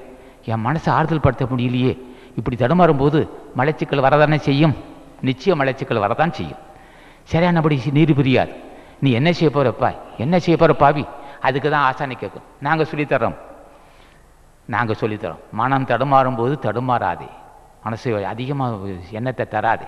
நடப்பது நடக்கட்டும், என்னதான் நடக்கட்டும், கணவனும் அடிக்கட்டும், மாமியார் திட்டட்டும், நாத்தான கொடுமை இருக்குது, இத்தனைக்கிடையிலே நோய், பிள்ளைகளுக்கு நோய், தாங்க முடியாது தடுமாறுகிறேன், எனக்கு ஒரு உபாயமே இல்லை, அகத்தீசா நீ தான் காப்பாற்றுன்னு சொல்லு, அவன் உன்னை காப்பாற்றுவான். அவங்க அதுக்காக வேலை கேட்க வைக்கணும். இந்த சங்கத்துக்கு என்ன நோக்கம்னா, நாங்கள் தப்பிச்சுக்கிட்டோம் ஐயா, எங்கள் தொண்டர்கள் தப்பிச்சிட்டாங்க, பெரியோர்களே தாய்மார்களே நீங்கள் தப்பித்து கொள்ளுங்கள், என்ன உபாயம் இருக்கும்போது செய்துக்குள், ஒருமைப்பட்டார் கொடுமை வறுமையும் நோயும் பிச்சு தின்னுட்டு இருக்க நான் என்ன செய்வேன்? இத்தனை கடையிலையும் காலையில் எந்திரிச்சு அகத்தீஸ்வரர் 12 முறை சொல்லு. தலைவன் பார்க்குறான். ஓம் அகத்தீசாய் நம்மன்னு சொல்லு. 9 கோடி பேர் பார்க்குறான். உன் வறுமையை தீர்ப்பான். மன உழைச்சி தீரும். மாமியார் கொடுமை தீரும். நாத்தன கொடுமை தீரும். கொடுமையான வறுமை தீரும். உடல் ஆரோக்கியம் இருக்கும். நிம்மதி பெற்றுக்கொள். எந்த மனசில் சாந்தம் இருக்கோ அங்கே ஆரோக்கியம் இருக்கும். சாந்தமே இல்லாமல் போது ஆரோக்கியம் எப்படி இருக்க முடியுமா? சாந்தம் தருவது யாரு? சாந்தம் பெறுவது, மன அமைதியை பெறுவது என்ன கடைசரக்கா? வாங்கவே முடியாது. ஒரே ஒரு வழி பக்தி தான். அதுவும் ஆசான் திருவருளாக இருக்க வேண்டும். திருவடியை பூஜை செய்தால் நிச்சயம் சாந்தம் வரும். சாந்தம் உள்ள உடம்பு சாந்தம் மனம் சாந்தம் இருந்தால் உடம்பு ஆரோக்கியம் இருக்குது. ஆரோக்கியம் இருந்தால் ஆயுள் பெறலாம். உடல் ஆரோக்கியம் இருந்தால் மலச்சிக்கல் இருக்காது, நிம்மதி இருக்கும். சாந்தம் தருவது அகத்தீஸ்வரன். ஆகவே இதையெல்லாம் உடம்பை பற்றியும் உயிரை பற்றி அறிந்தவன் எடுக்கிற முடிவாக. ஆகவே நாம் எல்லாம் வித்தகனாக வாழ வேண்டும். பெரியோர் ஆட்சி பெற வேண்டும். நிம்மதி பெற வேண்டும். ஆகவே குழந்தைகள் ஆரோக்கியமான குழந்தை பிறக்க வேண்டும். குழந்தைகளுக்கு தாயோடைய தன்மை பொறுத்து தான் குழந்தைகள். கர்ப்ப காலத்தில் மனம் பயந்துக்கிட்டு இருந்தால், அச்சமும் பீதி இருந்தால் அந்த குழந்தைக்கு நடுக்கம் இருக்கும். எதை பார்த்தா நடுங்குவான். பிள்ளைகள் நடுங்கும். என்ன காரணம்? தாய்க்கு தைரியம் இல்லை. என்ன காரணம்? பக்தி இல்லை. இந்த காலத்தில் என்ன செய்கிறான்? குழந்தை கர்ப்பத்திற்கும் போது புலால் உணவு சாப்பிடுவாங்க, உடம்பு நல்லா இருக்குன்னு சொல்லி. புலால் உணவு உயிருக்கு கொண்டு சாப்பிடும்போது அந்த குழந்தைக்கு என்னாகும்? கொடூரமான எண்ணம் தான் இருக்குமே தவிர சாந்தம் இருக்காது. கர்ப்பம் தரிக்கிற பெண்கள் புலால் உணவை மறுத்து இயற்கை உணவு சாப்பிட வேண்டும். இயற்கை உணவு சாப்பிட்டா ஆரோக்கியம் இருக்கும். நல்ல உடல் ஆரோக்கியம் இருக்கும். மன சாந்தம் இருக்கும். அந்த காலத்தை கர்ப்பம் தெரித்தால் அந்த குழந்தை சாந்தம் இருக்கும், பண்பு இருக்கும், அறிவு இருக்கும், சிறந்த கல்வி இருக்கும், நல்லா அப்படி இருப்பான். ஆகவே தாயோடைய தன்மை பொறுத்து பிள்ளைகள் இருப்பதனாலே அதை பற்றி புரிந்து கொள்ள வேண்டும்ல. அதுதான் சதுர்பாடுடையன்னு சொல்லுவான். ஆகவே நாம் என்ன செய்கிறோம்? புலால் உண்ணாதே, கர்ப்ப காலத்தை புலால் உண்ணாதே, சாந்தமாக வைத்துக்கொள். கர்ப்ப காலத்தை அதிகமாக டிவி பார்க்காதே, மணிக்கணக்காக டிவி பார்க்காதே. கர்ப்பம் தரித்த உடனேயே நமக்கு ஒரு மகன் பிறக்க போகிறான், ஒரு மகள் பிறக்க போகிறாள், அல்ல அறிவுள்ள குழந்தையாக இருக்க வேண்டும். ஆசை நினைத்துக்கொள். அதிகமாக டிவி பார்ப்பது, மனசை சாந்தப்படுத்தி கொள்ளாது இருப்பது, பல பிரச்சனை போட்டு வளர்த்திக்கிட்டு இருக்கக்கூடாது. நிசப்தம் சாந்தமாக இருக்க வேண்டும். அந்த காலத்தை சொல்லுவான், கர்ப்ப காலத்தில் எதையும் பேசாதே, சாந்தமாக இருக்குன்னு சொல்லுவான். கவலைப்படக்கூடாதுன்னு சொல்லுவான். கவலைப்படாமல் இருக்குன்னு சொல்லியே 12 மணி 1 மணி டிவி பார்க்குறேன், நீ எப்படி கவலைப்படாமல் இருக்க முடியும்? வந்துருமே மலைச்சிக்கல். மலைச்சிட்டு இருக்கும்போது குழந்தையை பாதிக்கும் அல்லவா? கவலைப்பட்டால் குழந்தையை பாதிக்கும் அல்லவா? ஏன் பயப்படுகிறாய்? பயம் இருக்கக்கூடாது, சாந்தம் வேண்டும். இதை யார் சொல்லி தருவான்னா? பெரியவர்கள் சொல்லி தருவான். யார் சொல்லுவான்? புரிந்தவர்கள், தெரிந்தவர்கள். ஏம்மா போட்டு மாதம் 3 மாதம் 4 மாதம் ஆயிடுச்சு, கர்ப்பம் வந்துருக்கு, மாதம் போல் தான் இருக்க, மனசை போட்டு வாட்டிக்காத, சாந்தமாயிரு. பெரியவங்க நூல் எடுத்து படி, அருள்பா எடுத்து படி, திருக்குறள் எடுத்து படி, பெரியவங்க நூல் எடுத்து படி, மன சாந்தமாக வைத்துக்க, நேரம் எடுத்து தூங்கிக்க, நேரம் எடுத்து சாப்பிட்டுக்க, வம்பு வழக்கிட போய் பேசாத, நல்ல புஸ்தகத்தை படி, உணர்ச்சி உண்டு பண்ணக்கூடிய படிக்காத, மனசை ஆரோக்கியப்படுத்திக்க, நாமத்தை சொல்லு என்று நாங்கள் சொல்லி தரணும். அப்படி சாந்தம் உள்ள மனசை சாந்தப்படுத்திக்கிறான். உடல் ஆரோக்கியம் இருக்குது, உடம்பு மனம் சாந்தம் இருக்குது. அப்போ கருத்தரிக்கிற குழந்தை உள்ள நல்ல சாந்தமாக இருக்கும். அந்த குழந்தைக்கு 100 வயசு வாழலாம். அந்த குழந்தைக்கு 100 வயசு வாழ்றதுக்கு நீ தான் துணை இருக்கணும். நீ என்ன செய்ய வேண்டும்? மனசு தடுமாறும் போதெல்லாம் என்ன ஏற்படுமோ இந்த லட்சணத்தை கணவன் குடிச்சிட்டு வருவான். 3 மாதம் 4 மாதம் போதும், 4 மாதம் மாசப்போதான் இருப்பா. கணவன் குடிச்சு வந்து கொடுமை செய்வான். தாங்க முடியாது தடுமாற்றப்போ குழந்தைய பாதிக்கும். இதுக்கு நாங்கள் சொல்ல வேண்டும், நீ என்ன செய்கிற தாயே, இந்த மாதிரி நேரத்தில் நீ சாந்தமாக இருக்கணும். முடியலையே அப்பா, என்னையா செய்வேன்? அருள்பா படி, நாமத்தை சொல்லு, சிந்திக்காதே, அதிகமாக சிந்திக்காதே. சிந்திக்கிற வயசு சிந்திக்கிற நேரம் இல்லை. இந்த 10 மாதம் வரலும் நீ உன்னை எந்த அளவுக்கு பக்குவமாக வைத்துக்கொள்கிறாயோ அந்த அளவுக்கு உன் பிள்ளை நல்லபடி இருக்கணும். இப்படி சொல்லி தர வேண்டும். என்ன செய்வது?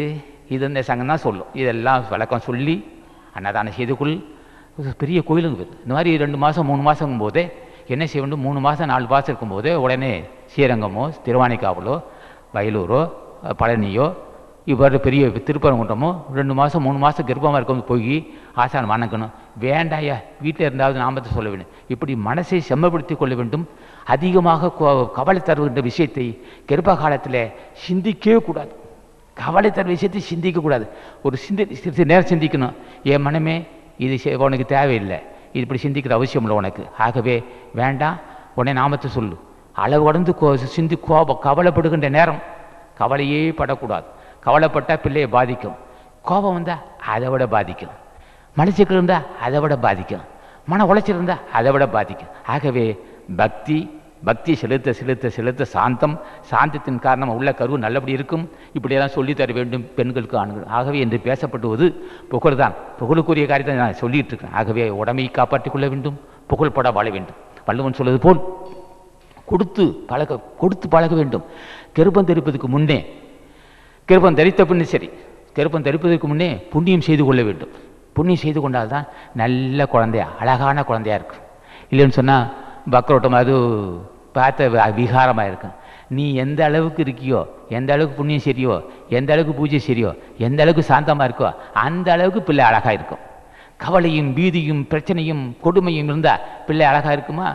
பிடாரியாக தான் இருப்பான். அது பிடாரியாக இருக்கும். ஆக ஆண் மக்களாக இருந்தால் மூர்க்கனாக இருப்பான், பிள்ளையாக இருந்தால் பிடாரியாக இருப்பான். ஆகவே இந்த வாய்ப்பை எப்படி செய்து கொள்ள வேண்டும்? ஒன்றே ஒன்று, பக்தி, புண்ணியம் செய்து கொள்ள வேண்டும். புலால் உண்ணாது இருக்க வேண்டும். உயிர் கொலை செய்கிற கோயிலுக்கு போகவே கூடாது. கர்ப்ப காலத்துக்கு முன்னும் பின்னும், கர்ப்ப காலத்துக்கு போகவே கூடாது. உயிர் கொலை செய்கிற ஆடு கோழி வெட்டதை பார்க்கவே கூடாது. கர்ப்பஸ்திரிகள் ஆடு கோழி வெட்டதை பார்க்கக்கூடாது. தன் கையால் ஆடு கோழியோ மீனோ அறுக்கவே கூடாது. உயிர் கொலை செய்யக்கூடாது. அடக்கமாக இருக்கணும், அமைதியாக இருக்கணும். அப்படி இருந்தால் பிள்ளைக்கு நீடியாக கிடக்கு. ஏன் அப்படி போய்க்கல? நீ பெற்றெடுக்கிற பிள்ளை தானம்மா நல்ல உலகத்துக்கு நல்ல வழி காட்டும். நீயே இவ்வளவு கொடுமை செய்றியே, புலால் உண்ற, விகாரமாக இருக்கிற, கொடுமையாக பேசுகிற, அளவு கொடுந்து கோபம், பல கவலை, தேவையில்லாம் கவலையை சிந்திக்கிறியே, உன் பிள்ளைக்கு அது எப்படிமா தாங்கும்? பிள்ளை 40 வயசுல 30 வயசு நோயப்பட்டு போகுமே தாயே. நீ நல்லபடி இருக்கணும்மா. நீ நல்லபடி இருந்தால் நாட்டுக்கு நல்ல பிள்ளையை பெற்று கொடுக்க முடியும். நல்ல பிள்ளையை பெற்றெடுக்க நீ தான்மா கருணை காட்ட வேணும்னு சொல்லி அந்த பெண்ணுக்கிட்ட சொல்ல வேண்டும். இப்படியெல்லாம் சொல்லி அவர்களுக்கு நல்வழி காட்டுவது நாட்டுக்கு நல்லது. ஆகவே பண்புள்ள புத்திர பாக்கியம் தோன்ற வேண்டும். அதுதான் புகழுக்குரிய வாழ்வு வாழும். பண்புள்ள புத்திர பாக்கியம்தான் உலகத்துக்கு தாய் கொடுக்குறாள். காந்தியை கொடுத்துருக்கிறாள், ராமலிங்க சாமி கொடுத்துருக்கிறாள். ராமலிங்க சாமி பெற்றவள் ஒரு பிள்ளையை பெற்று கொடுத்துருக்கிறார். அந்த மாதிரி சாந்தமான தாய் தான் ராமலிங்க சாமி பெற்றிருக்கிறார், காந்தியை கொடுத்துருக்கிறார், அகத்தீசனை பெற்றிருக்கிறார். இந்த மாதிரி புலால் உண்ணுகின்ற மக்களும் வெறுப்பும் கொடுமையும் வஞ்சனையும் தடமாட்டங்களும் வன்மனமும் இருந்தால் அந்த குழந்தை எப்படி இருக்குன்னா வன்மனமாக இருக்கும். ஆகவே உலக மக்கள் உய்வதற்காக புகழுக்குரிய மனிதனை பெற்றெடுக்கக்கூடிய தாய்மார்கள் இருக்க வேண்டும். அவர்கள் புண்ணியம் செய்து கொள்ள வேண்டும், பூஜை செய்து கொள்ள வேண்டும். வள்ளுவன் விரும்புவது போல் ஈதல் இசைப்பட வாழ்தல் அது அல்லது ஊதியமுள்ள உயிருக்குன்னா. ஆகவே கருணை சிந்து உள்ள பிள்ளையாக இருக்க வேண்டும். தாயே கர்ப்ப காலத்தில் பல பேருக்கு தன் கையால் கொடுத்தாதானே பிள்ளைக்கு அந்த உணர்வு இருக்கும். தாயே லோபிதனமாக இருந்தால் பிள்ளை இருக்குமா, கொடுக்குமா? தாய்க்கு பக்தி இருக்க வேண்டும். பக்தி இருந்தாதானே பிள்ளைக்கு அந்த உணர்வு இருக்கும். நீ எதை செய்கிறியோ அதுதான் பிள்ளைக்கு இருக்கும். இது யாரும் மறுக்கவே முடியாது. ஆக பக்தி இருக்க வேண்டும், புலால் உண்ணாது இருக்க வேண்டும், தயை சிந்தை இருக்க வேண்டும், தியானம் செய்ய வேண்டும், தன்னை காப்பாற்றிக் கொள்ள வேண்டும். இப்படியெல்லாம் இருந்தால் வள்ளுவன் சொல்வது போல் புகழுக்குரியவன வாழலாம். ஆகவே அன்பர் பெரியோர்களே, தாய்மார்களே, நீங்கள் எல்லாம் பண்புள்ள மக்களாக வாழ வேண்டும். நேற்று வரை நாம் குற்றவாளியாக இருக்கலாம், நேற்று வரை நாம் லோபித்தனமாகவும் கொடுமையாகவும் இருக்கலாம். இன்று முதல் மாற்றிக்கொள்ள வேண்டும். மாற்றிக்கொள்வதற்கு படிப்பு போதுமா? படிப்பு போதவே போதாது. படித்தால் மட்டும் பண்பு வந்துடுமோ? படித்தால் தயை சிந்தி வந்துடுமோ?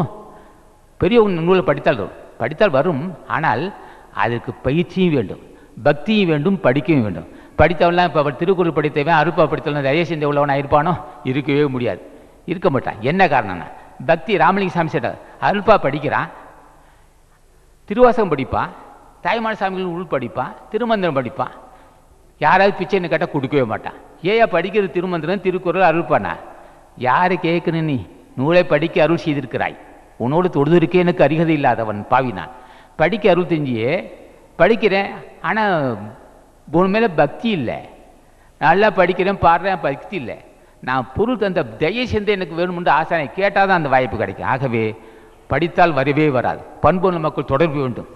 பண்புக்குள் தொடர்பு இருந்தாலும் போதாது, அவர்கள் சொல்வதை கேட்டு வேண்டும். ஆகவே இந்த உலகம் முன்னேற வேண்டுமென்றால், உலகம் உலகம் நில உயர வேண்டும், பண்புள்ள மக்கள் தோன்ற வேண்டும், புகழுடன் வாழ வேண்டும். ஆக புகழுக்குரிய வாழ்வு பெற வேண்டும் என்றால் பெண்களும் ஆண்களுமாக இருந்து தன் நிலையை உயர்த்தி கொள்ள வேண்டும் என்று சொல்லி இதுவரையிலும் திருக்குறளில் ஒரு கவியை சொல்லியிருக்கிறேன். அது 10 பாடல், ஏதோ 1-2 சொல்லியிருக்கிறேன். ஆகவே அதில் சில குறை இருக்கத்தான் செய்ய. ஏன்னா போதிய கல்வி இல்லாதவன் அதில் சில சொல்லியிருக்கிறேன். கற்றவர்கள் இன்னும் ஏதோ பேச சொல்லுவாங்க. ஆக போதிய கல்வி இல்லாதனாலே திருக்குறளில் சில குறைகள் இருக்க தான் செய்யும். நான் உணர்ச்சி பேசுகின்றவன். நான் ஏன்னா என் பேச்சில் சில தவறு தான் இருக்கும். ஆகவே நீங்கள்லாம் பெரியோர்கள், கற்றுணர்ந்த பெரியோர்களும் தாய்மார்களும் பேசினது குற்றம் இருக்குமேனால் அது பொறுத்து மன்னித்துள்ள வேண்டும் என்று உங்கள் திருவடி வணங்கி முடிக்கிறேன். வணக்கம்.